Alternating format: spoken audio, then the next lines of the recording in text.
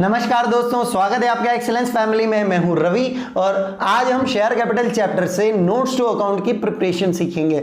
इससे पहले हम नोट्स टू अकाउंट का फॉर्मेट जान चुके हैं कि भैया नोट्स टू अकाउंट में कौन सी चीज कहाँ आती है, ऑथराइज कैपिटल, इशूड कैपिटल या कॉल इन एरियर की क्या पोजीशन है, शेयर फॉरफीचर की क्या पोजीशन है।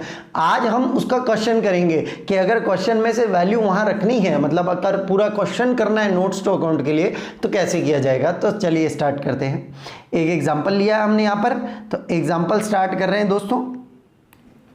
सहारा limited has authorized capital rupees 2 lakh divided into 20,000 equity shares of rupees 10 each।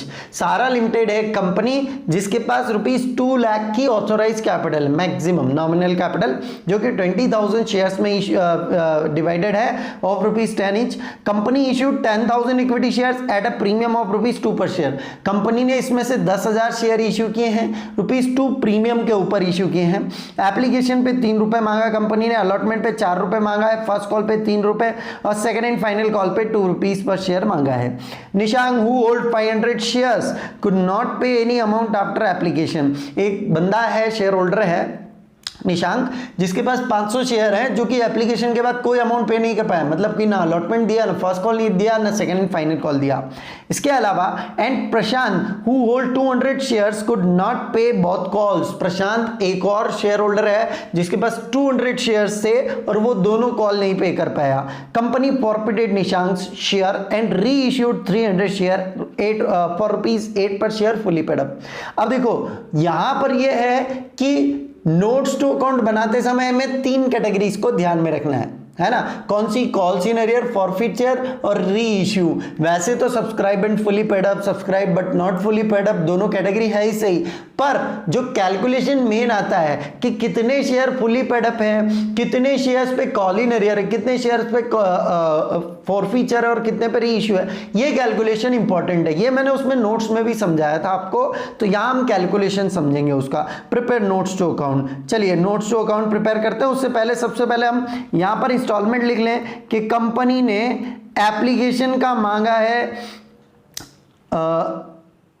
Application का मांगा है 3 रुपए। अलॉटमेंट की अगर बात करें तो 4 रुपए मांगा है, 2 + 2 है ना, मतलब 2 शेयर का और 2 प्रीमियम का। फर्स्ट कॉल पे मांगा है कंपनी ने फर्स्ट कॉल पे मांगा है 3 रुपए और सेकंड एंड फाइनल कॉल पे मांगा है 2 रुपए। इस तरह से कंपनी ने इंस्टॉलमेंट किया है। तो दोस्तों एक बात तो यहां ध्यान रख लो कि प्रीमियम जो है, प्रीमियम का नोट्स टू अकाउंट में कोई काम नहीं है, क्योंकि हम शेयर कैपिटल का कैलकुलेशन कर रहे हैं, रिजर्व एंड सरप्लस का नहीं।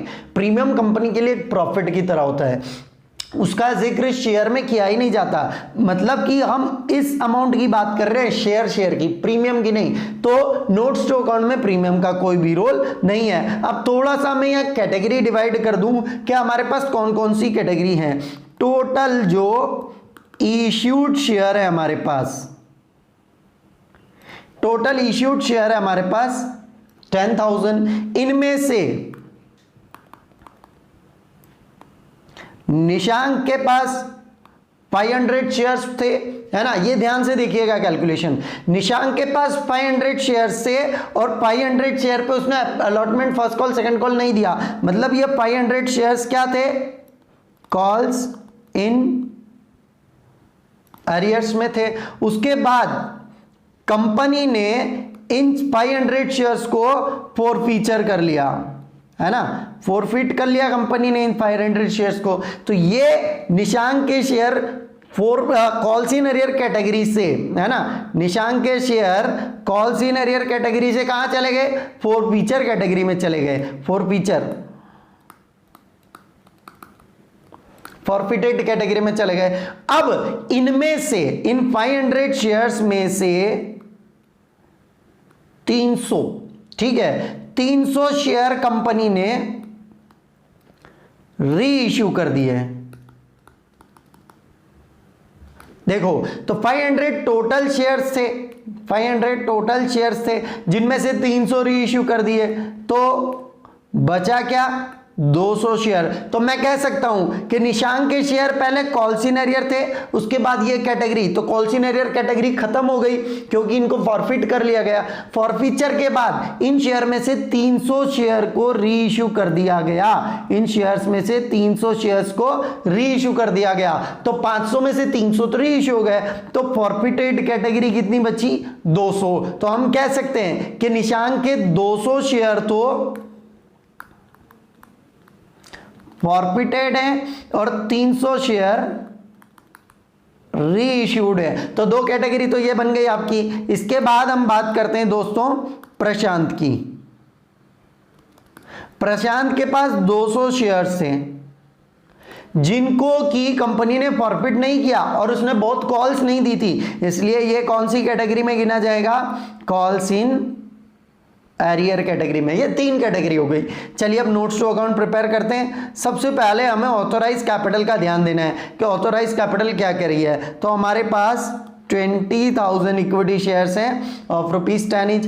तो इस तरह से हमारी ऑथोराइज कैपिटल होती है 2 लाख रुपीस।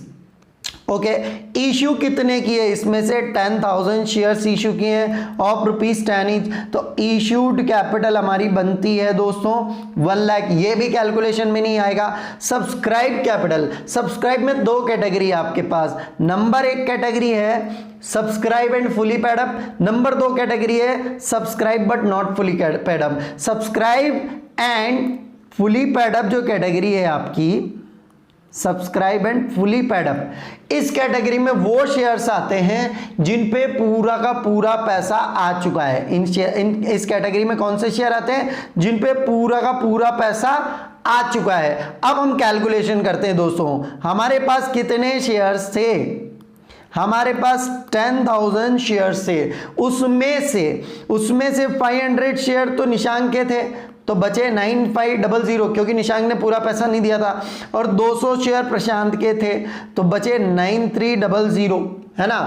तो ये 9300 पे तो पूरा पैसा आया, इन्होंने तो पूरी कॉल पे की है, फुली पेडअप है। तो हम कह सकते हैं कि सब्सक्राइब एंड फुली पेडअप में 9300 तो 9300 पे तो पूरा का पूरा 10 रुपए आया है 93,000। और एक और चीज यहां ये कैटेगरी देखिए, कौन सी? री इश्यूड वाली। री इश्यूड जो कैटेगरी होती है इसमें पैसा नहीं आया था, फॉरफिट किया था, फिर वापस से री इश्यू किया। लेकिन वापस से री इश्यू किया कैसे दोस्तों? Fully paid up. तो ये शेयर भी फुली पेडअप हो गए। तो इन 300 को भी आपको कहां गिनना पड़ेगा? यहीं पर गिनना पड़ेगा। 300 into 10 इट मीन्स 3000। तो total subscribe and fully paid up कितने हुए दोस्तों? आपके सब्सक्राइब एंड फुली पेडअप हो गए 96,000 रुपीज के हो गए। शेयर्स की गिना दिया मैंने। अब बात करते हैं subscribe but not fully paid up. क्या ऐसे कितने शेयर्स हैं जिन पे पूरा पैसा नहीं आया? दोस्तों इसमें भी 2 कैटेगरी होती है, फॉरफिटेड शेयर अलग रखेंगे और कॉल्सिन एरियर अलग रखेंगे। फॉरफिटेड शेयर को तो गिनती में ही नहीं लाना है क्योंकि वो पब्लिक के पास है ही नहीं, मतलब वो कैंसलेशन हो गया उनका। इसलिए बचे कितने शेयर? देखो जो भी कैटेगरी आपकी कॉल्सिन एरियर में है वो दिखाना है। कॉल्सिन एरियर में तो आपकी एक ही कैटेगरी बचती है, कौन सी? प्रशांत के 200 शेयर, क्योंकि ये जो 200 शेयर है वो फॉरफिटेड है तो उनको फॉरफिटेड में गिनेंगे। तो बचे 200 शेयर, तो हम लिख सकते हैं 200 शेयर्स पे 10 रुपए चाहिए। कितने रुपए चाहिए? 200 शेयर्स पे 10 रुपए चाहिए, तो मतलब कि 2000 रुपए चाहिए। लेकिन इन पर कॉल इन एरियर है। कितनी कॉल इन एरियर है कि भैया इन 200 शेयर्स पे बोथ कॉल्स नहीं पे किए उसने, और बोथ कॉल्स कितने की बनती है? ये देखो, फर्स्ट कॉल है आपकी 3 रुपए की और सेकंड कॉल है 2 रुपए की। इस तरह से दोनों कॉल का मिलाकर 5 रुपए कॉल्सिन एरियर बनता है, ये 5 रुपए। तो हम कह सकते हैं कि 2000 रुपीज इन 200 शेयर्स पे चाहिए था, जिनमें से 1000 नहीं आया है। तो कितना आया है? 1000 आया है इन पे। अब इनको अलग लिखना और फॉरफिटेड को अलग लिखना क्यों होता है? क्योंकि ये शेयर भैया अभी कैटेगरी में है, ये पब्लिक में इश्यूड शेयर है। पर फॉरफिटेड शेयर इश्यूड नहीं होते, वो तो कैंसिल हो गए, तो फॉरफिटेड शेयर का ओनली अमाउंट जोड़ लिया जाता है। फॉरफिटेड शेयर कितने आपके 200 शेयर है, फॉरफिट कितना किया है इन पे अमाउंट, देखो इस बंदे ने खाली एप्लीकेशन का अमाउंट दिया था जो फॉरफिटेड है ना, हमने निशांक के शेयर फॉरफिट किए ना, तो ये जो फॉरफिट किए हैं इन पे कितना अमाउंट आया था, निशांक ने खाली एप्लीकेशन दिया था 3 रुपए का, तो फॉरफिट भी कंपनी इसका कितना करेगी, खाली 3 रुपए, तो ये 3 रुपए के हिसाब से इसमें कैलकुलेशन हो जाएगा।